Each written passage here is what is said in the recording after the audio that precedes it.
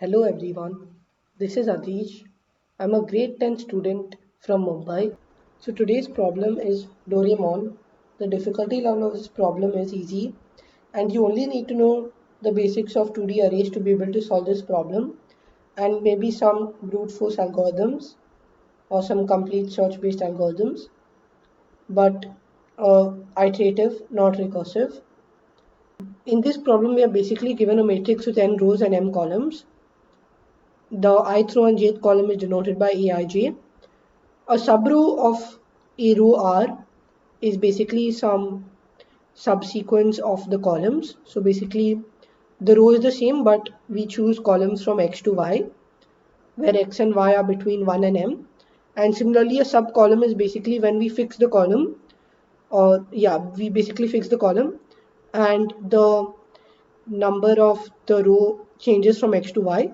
So that's why x and y are between 1 and n. And we need to find the number of pairs of a subrow and a subcolumn such that both the sequences, the subrow and the subcolumn, have the same length, which is odd, and the central elements are the same, which correspond to the same element of the matrix. So the value of the central element has to be the same, but the position of the central element, so I comma j, if we denote I comma j as the position of the central element, that should be the same for both the sequences, and both the sequences should be palindromes. And we need to find the number of such pairs. So the first idea is that we need to fix the central element to be the same for both the subrow and the subcolumn. And then we basically need to extend the subrow and the subcolumn to the two sides towards the left and the right, and towards the two sides in the bottom and the top. And in that way, we always need to extend them so that the length of the subrow and the length of the subcolumn are equal and are odd, and they are palindromes. So for example, let's say that we have this grid, then obviously all the single elements are going to be valid pairs of subrows comma subcolumns because they both have length 1, which is odd, and the central element is the same for both of them because the subrow is equal to the subcolumn in that case. And let's say that the central element is 1 and we extended it 1 on either side. So if we extend the subrow and the subcolumn 1 on either side, we get the subrow is 1 1 1 and the subcolumn is also 1 1 1. And notice that both are palindromes and both basically have equal number of elements, which is 3, which is odd, and that's why that's going to be one more valid pair, and that's why the answer is 9 plus 1, which is 10. And that's the example.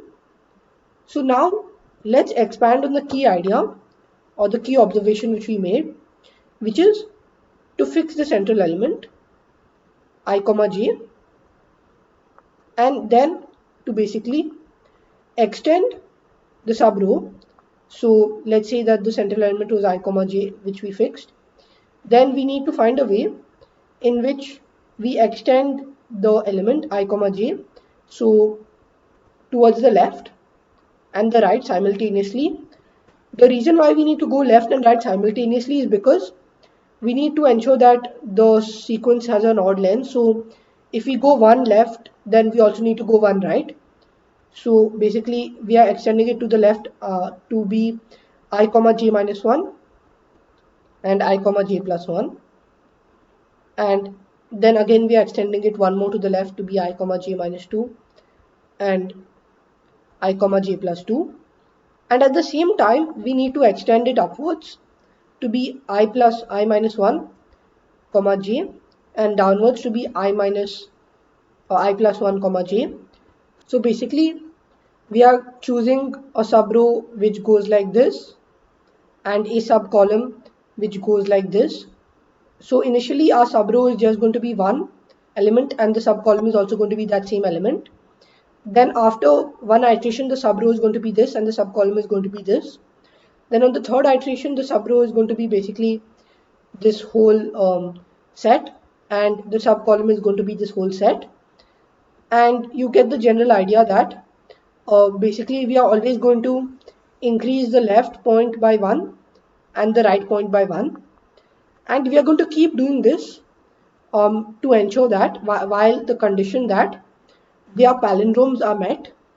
So basically the condition for a palindrome is that this left value should be equal to the right value, and similarly I comma j minus 2 should be equal to I comma j plus 2, and I plus 1 comma j should be equal to I minus 1 comma j, and similarly I plus I minus 2 comma j should be equal to I plus 2 comma j. So we are always going to the position I comma j minus x. So in the next iteration, we are going to the position I comma j minus x to the left. So the left position is going to be this. The right position is going to be I comma j plus x. Then the up position is going to be I plus, or basically I minus x comma j. And the down position is going to be I plus x comma j. And each time we are always going to ensure that L is equal to R and up is equal to D, or the grid. So the grid at L, the grid position at L is equal to R, and the grid position at up is equal to down. And while both of these conditions are met, we can keep on increasing the variable x by 1. And notice that this is going to take O of n time. So if we fix the central element, this is going to take minimum of n comma n time at max, because we are always ensuring, so we always need I minus x to be greater than or equal to 0, I mean greater than or equal to 1, and j minus x should be greater than or equal to 1, and I plus x should be less than or equal to n, and j plus x should be less than or equal to m. So that's why the number of values of x can be minimum of n comma n. And since we are doing this for n into m values, the time complexity is that minimum of n comma n into m. And since n into m is up to 3 into 10 to the power of 5, this is going to take about 10 to the power of 7 into 5 operations, which will work in 1 second. And actually it will work in much less than 1 second, because we are doing some pruning, or basically we are whenever both of these conditions are not met, we are exiting the loop. That's why it's always going to take a bit lesser than 5 into 10 to the power of 7 operations. And now I'll show you the code implementing the same idea. So in the code, after I read in the grid for each test case, I compute the variable answer to be the maximum, to be basically the number of pairs of subrow comma subcolumn. So I fix the central element of the subrow comma subcolumn to be I comma j. Then I choose max x to be minus 1 initially, and for all x going from 0 to less than or equal to the minimum of n comma m, if basically I minus x is less than or equal to 0, or I plus x is greater than n, or j minus x is less than or equal to 0, or j plus x is greater than m, we break. And if the palindrome condition is not met, so basically the first palindrome condition is that I minus x comma j, so the left should be equal to the right. So that's I minus x comma j is not equal to I plus x comma j, then we break. And even if I j minus x is not equal to I j plus x, then we break. And now the subrow is from the range is basically the column is I, and basically the row is I, and the columns range from j minus x to j plus x. So that's our subrow, and the sub column is from j minus x, or basically I minus x, I minus x comma j to I plus x comma j. And we increase, or basically we set max x to be x. We increase the answer by max x plus 1, because all the values of x from 0 to max x correspond to valid pairs of subrow comma subcolumn. And the subrow is, as I just mentioned, from I comma j minus x to I comma j plus x, and the subcolumn is I minus x comma j to I plus x comma j. That's why we check these conditions whenever we expanded the x value. And now all the values of x from 0 to max x are going to be valid pairs. That's why we increase the answer by max x plus 1. because the number of elements in 0 comma max x is actually max x plus 1, and in the end we print the answer. So now I'll just submit this code to see that it gets accepted. So as you could see, my code got accepted.